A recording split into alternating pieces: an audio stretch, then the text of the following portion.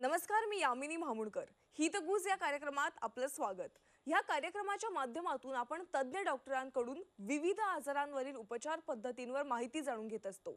आज आपण breast cancer समज गैरसमज या विषयावर डॉक्टर प्रतीक पाटील यांच्याकडून माहिती जाणून घेणार आहोत. डॉक्टर प्रतीक पाटील हे प्रसिद्ध कर्करोग तज्ञ असून पुणे बाणेर येथील ज्युपिटर हॉस्पिटलमध्ये ते प्रॅक्टिस करत आहेत. राजीव गांधी कॅन्सर इन्स्टिट्यूट नवी Delhi, Michigan state cancer university USA यांसारख्या जगप्रसिद्ध संस्थांमधून त्यांनी आपलं शिक्षण घेतलंय.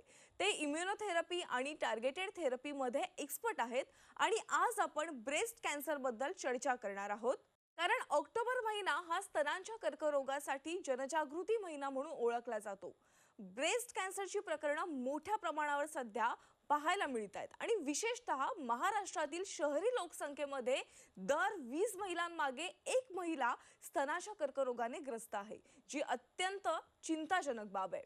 जर आपण डॉक्टर प्रतीक यांच्याकडून आपण संपूर्ण या विषयाविषयीची अधिकची माहिती जाणून घेणार आहोत. तत्पूर्वी मी डॉक्टरांचे या कार्यक्रमामध्ये स्वागत करते. डॉक्टर, आपलं मनापासून स्वागत या कार्यक्रमात. अत्यंत गंभीर विषय आहे डॉक्टर, ब्रेस्ट कॅन्सरचा, आणि याविषयी ना जनजागृती नाहीये आणि ऑक्टोबर महिना हा त्यासाठी खास ओळखला जातो. ब्रेस्ट कॅन्सरची आपल्याला पूर्ण माहिती जाणून घ्यायची आहे, त्याच्यावर उपचार पद्धती काय आहेत, लक्षणं काय, संपूर्ण माहिती तुमच्याकडून जाणून घ्यायची आहे. पण ब्रेस्ट कॅन्सर म्हणजे नेमकं काय आहे याविषयी काय मार्गदर्शन कराल? सो ब्रेस्ट कॅन्सरचं प्रमाण सध्या खूप जास्त वाढत आहे, स्पेशली शहरी भागांमध्ये महाराष्ट्राच्या. जसं तुम्ही सांगितलं, प्रत्येक 20 महिलांमागे एका महिलेला ब्रेस्ट कॅन्सर होण्याची शक्यता आज आहे, जे की खूप जास्त चिंताजनक बाब आहे आणि याची बरीच कारणं आहेत. सो ब्रेस्ट कॅन्सर वाढायचं प्रमाण हे अर्बन पॉप्युलेशनमध्ये जास्त का? कारण याची कारणं आहे सगळ्यात अगोदर जेनेटिक कारण. जेनेटिक कारण असल्यामुळे तुमच्या फॅमिलीमध्ये जर का कोणालाही कोणत्याही प्रकारचा कॅन्सर असेल तर तुम्हाला तो कॅन्सर किंवा इतर कोणता बॉडीचा कॅन्सर होण्याची शक्यता खूप जास्त वाढते. त्यामुळे जेनेटिक टेस्टिंग आज करणे खूप जास्त गरजेचे झालेले आहेत. आणि ब्रेस्ट कॅन्सर म्हणजे बेसिकली ब्रेस्टमध्ये गाठ येणे आणि ही गाठ कॅन्सरच्या रूपामध्ये त्याचं निदान होणे, याला खूप जास्त महत्त्व आजच्या काळात दिलं गेलं पाहिजे. डॉक्टर, अनेकांना ब्रेस्ट कॅन्सर म्हणजे नेमकं काय अद्यापही माहीत नाहीये, पण त्याबद्दल अनेक समज आणि गैरसमज देखील त्यांच्या मनामध्ये आहेत. त्याविषयी आपण काय सांगाल? सो ब्रेस्ट कॅन्सरचे बरेच गैरसमज जे आहे त्यामधलं सगळ्यात मोठं की मोठे ब्रेस्ट असल्यावर कॅन्सर होतो ब्रेस्टचा, हा गैरसमज आहे. टाईट ब्रा घातल्यानंतर ब्रेस्ट कॅन्सर होतो, हाही मोठा गैरसमज आहे. आणि प्रत्येकच गाठ ब्रेस्टची ही कॅन्सरस असते, हाही मोठा गैरसमज आहे.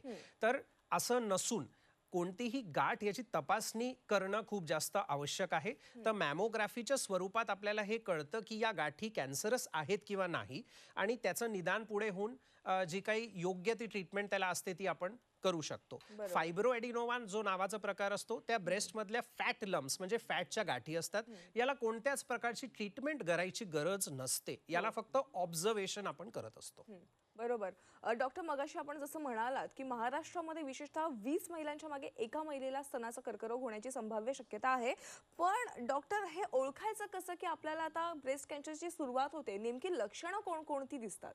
सो ब्रेस्ट कॅन्सरची लक्षणे ही खूप जास्त स्पेसिफिक असतात. सगळ्यात पहिलं लक्षण म्हणजे दोन्ही ब्रेस्टमध्ये एसिमेट्री जाणवणे, एक ब्रेस्ट मोठी दुसरी ब्रेस्ट लहान असणे, एक ब्रेस्टचा आकार दुसऱ्या ब्रेस्टपेक्षा वेगळा असणे, ब्रेस्टमध्ये कोणत्याही प्रकारची गाठ जाणवणे, स्पेशली अशी गाठ जी हालत नाहीये, जी त्याच ठिकाणी चिटकून राहिलेली दगडासारखी कडक गाठ आहे, हे कॅन्सरचे लक्षणं असतात. याच सोबत निप्पलमधून कोणत्याही प्रकारचा डिस्चार्ज येणे प्रेग्नन्सी सोडून, आणि काखेमध्ये कोणत्याही प्रकारची गाठ जाणवणे किंवा स्वेलिंग किंवा पेन जाणवणे, हे सगळी ब्रेस्ट कॅन्सरची लक्षणे आहेत. म्हणजे ही सगळी लक्षणं दिल्यानंतर त्या महिलेने डॉक्टरकडे जाऊन पहिलं चेकअप करणं आणि सगळ्या तपासण्या करणे अत्यंत गरजेचं आहे. डॉक्टर, हे संपूर्ण लक्षणं दिसल्यानंतर त्याबद्दल डायग्नोसिस काय, कशा पद्धतीने करायचं? सो कोणताही पेशंट आमच्याकडे आल्यावर सगळ्यात अगोदर आम्ही त्यांचं वय बघून ॲप्रोप्रिएट ही तपासणी करत असतो. 40 वय वर्षाच्या आतल्या ज्या महिला आहेत त्यांची आम्ही फक्त सोनोग्राफी ब्रेस्टची करतो, कारण मॅमोग्राफी ही फक्त वयवर्ष 40च्या वरच्या महिलांमध्ये केली गेली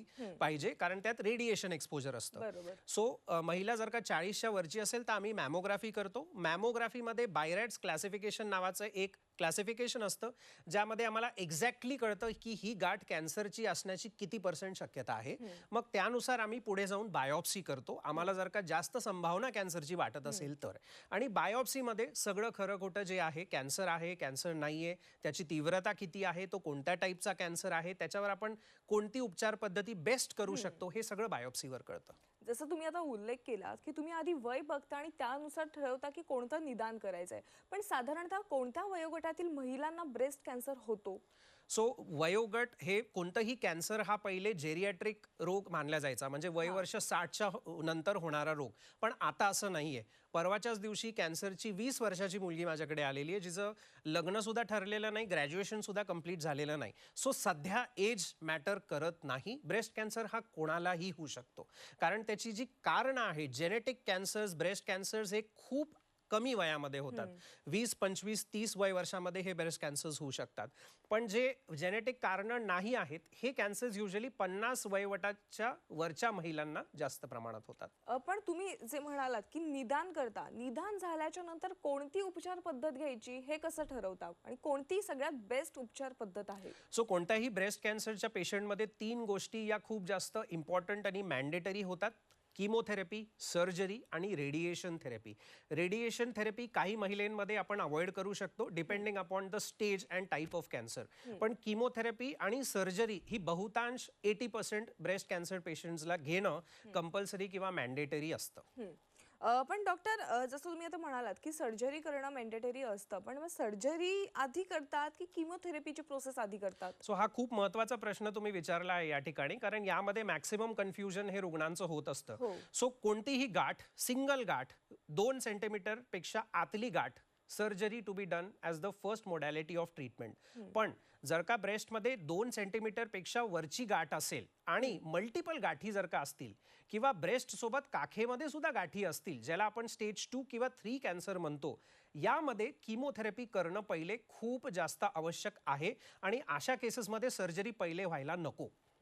पण सर्जरीच्या आधी किमोथेरपी करण्याचे फायदे नेमके काय? आणि डॉक्टर असा का सल्ला देतात की सर्जरी नको आणि आधी किमोथेरपी करा?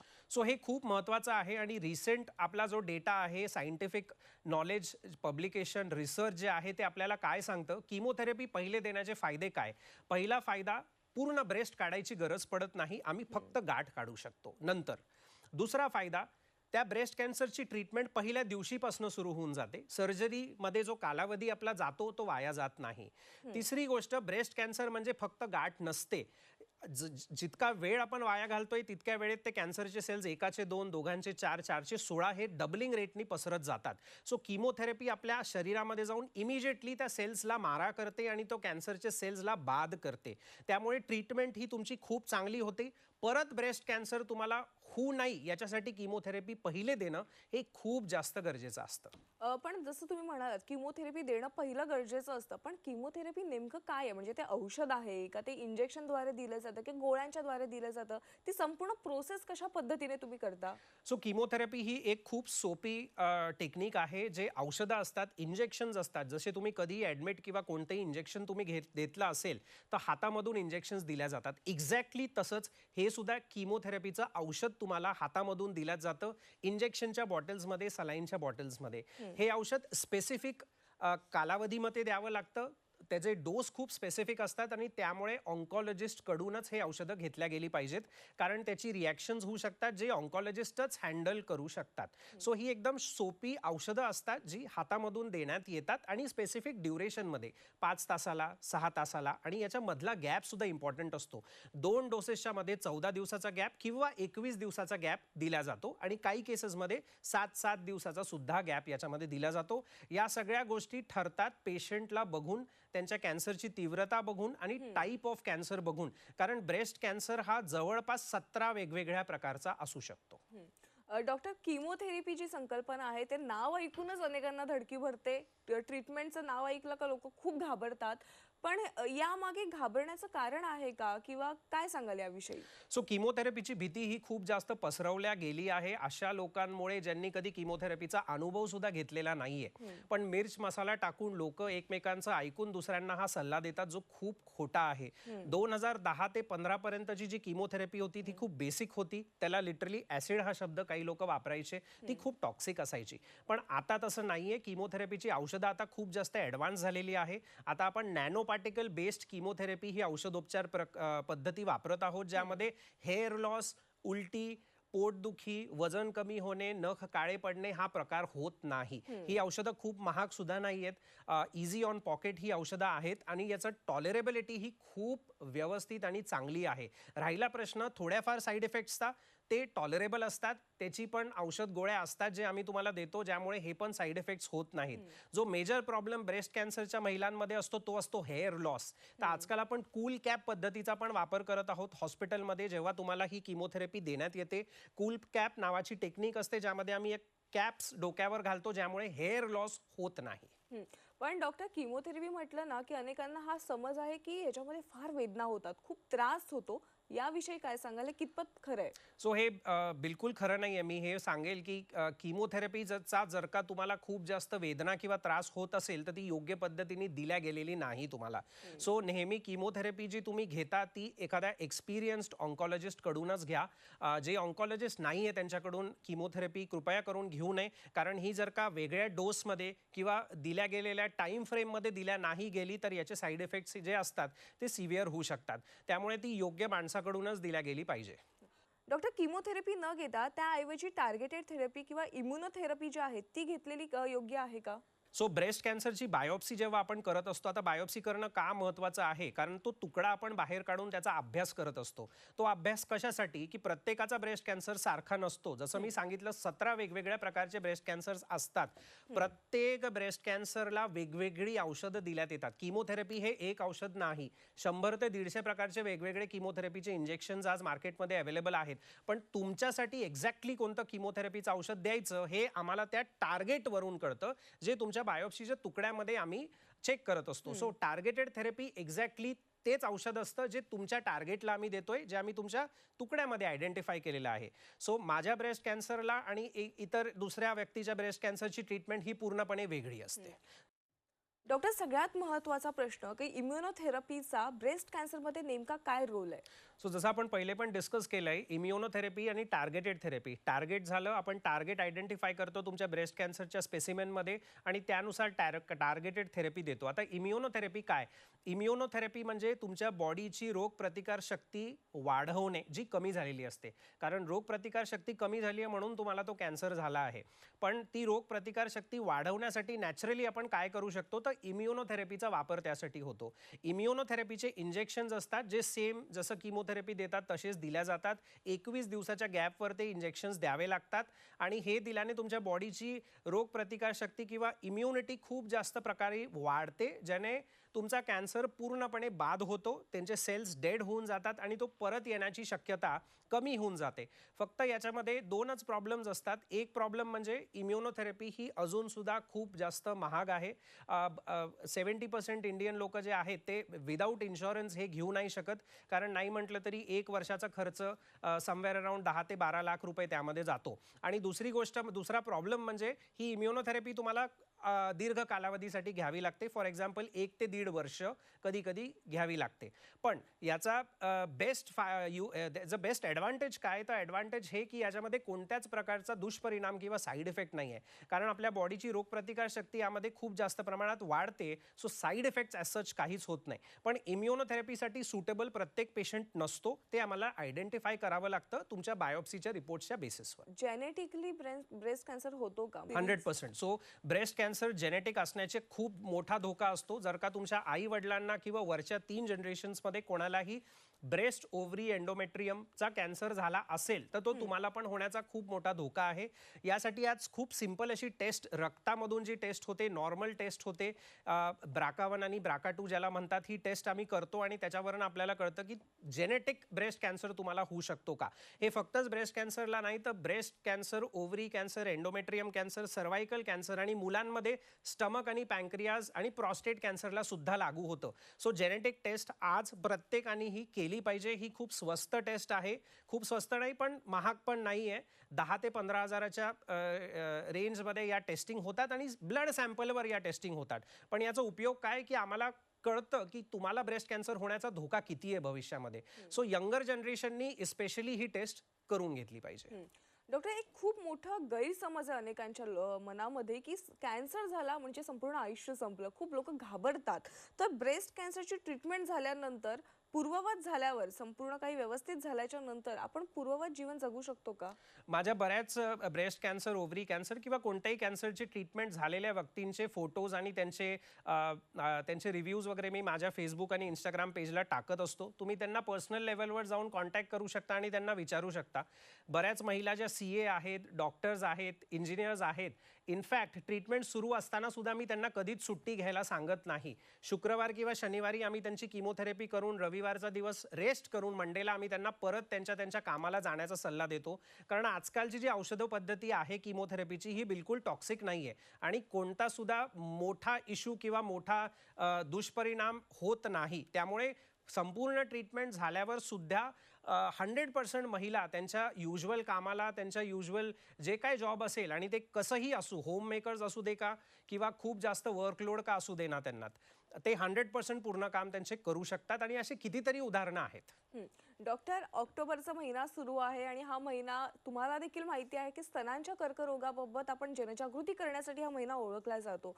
तर आज झी 24 तासचे जे प्रेक्षक आहेत, जे महिला प्रेक्षक आहेत, त्या सगळ्यांना तुम्ही ब्रेस्ट कॅन्सर होऊ नये यासाठी कोणती खबरदारी घ्यायला पाहिजे याविषयी तुम्ही त्यांना काय संदेश द्याल? सो ब्रेस्ट कॅन्सर हा खूप मोठा धोका आहे आणि फ्युचरमध्ये WHO सांगितलेलंच आहे की 2040 या वर्षापर्यंत मॅक्सिमम डेथ्स या कॅन्सरमुळे होणार आहेत. आणि यामुळे सगळ्यांनी आपल्या शरीराकडे थोडंसं वेगळ्या स्वरूपाने बघितलं पाहिजे आणि केअरफुल खूप जास्त राहिलं पाहिजे. सिडेंटरी लाईफस्टाईल अवॉइड करणे, जास्तीत जास्त व्यायाम करणे, फॅटी फूड्सचं कन्झम्पशन कमी करणे, अद्रक, लसूण आणि हळद यासारखे जे नॅचरल अँटीऑक्सिडंट्स आहेत, व्हिटॅमिन C, लिंबू, संत्री, मोसंबी, पपया, किवी यासारख्या गोष्टींचा उपयोग आपल्या आहारामध्ये रोज केला गेला पाहिजे. आणि यामुळे ब्रेस्ट कॅन्सर किंवा कोणताही कॅन्सर होण्याची शक्यता तुम्ही टाळू शकता तुमच्यामध्ये. पण सिम्पटम आल्या कृपया ऑन्कॉलॉजिस्टचा सल्ला घ्या. स्वतःचं डोकं वापरू नका किंवा गुगलचं जास्त त्याच्यामध्ये रिसर्च करू नका, कारण प्रत्येक गोष्ट गुगलवरची खरी नसते. सो प्लीज एखाद्या तज्ज्ञ ऑन्कॉलॉजिस्टला भेटा आणि जी काय तुमची ती गाठ असेल किंवा सिम्पटम असेल त्याच्या डेप्थवर जाऊन प्रॉपर निदान किंवा डायग्नोसिस करण्याचा प्रयत्न करा. असं केल्यानेच आपण या कॅन्सरला पूर्णपणे हरवू शकतो, विजयी मिळवू शकतो त्याच्यावर. कारण आजच्या डेटला स्टेज 1, 2, 3 तिन्ही स्टेजचे कॅन्सर 100% क्युरेबल असतात. कोणताही कॅन्सर तो असू द्या. मात्र स्टेज 4 जर का कॅन्सर तुम्हाला झाला असेल तर तो आजच्या स्टेजला सुद्धा क्युरेबल नाही. त्याच्यामध्ये आम्ही तुम्हाला फक्त विथ ट्रीटमेंट काही वर्ष अजून जगण्याची संधी जी असते ती तुम्हाला मिळते. पण इव्हेंच्युअली डेथ तुमची कॅन्सरमुळेच होते. सो कॅन्सरला लवकरात लवकर पकडणं हे आपल्या हातात आहे. त्यामुळे त्या दृष्टिकोनाने प्रत्येकाने विचार करावा आणि त्या दृष्टिकोनाने सगळे नॉलेज जे आहे ते तुम्ही प्राप्त केलं पाहिजे. नक्कीच डॉक्टर, म्हणजे एकंदरीत काय तर ब्रेस्ट कॅन्सर होऊ नये यासाठी योग्य आहार घेणं महत्त्वाचं आहे, वेळेवर व्यायाम करणं महत्त्वाचं आहे आणि समजा एखादे जे काही लक्षणं तुम्ही सांगितलीत ती लक्षणं दिसली तर आपण तज्ज्ञांकडे जाऊन ती चेक करणं, सगळ्या तपासण्या करणं आणि योग्य ते उपचार करणं अत्यंत गरजेचं आहे. डॉक्टर, हा महिना जसं की मगाशी म्हणाले की स्तनाच्या कर्करोगासाठी, जनजागृतीसाठी ओळखला जातो आणि आज तुम्ही झी 24 तासच्या हितगुज कार्यक्रमात आलात आणि आपल्या प्रेक्षकांना स्तनाचा कर्करोग याविषयी योग्य मार्गदर्शन केलं, जनजागृती केलं, याबद्दल आपले आभार.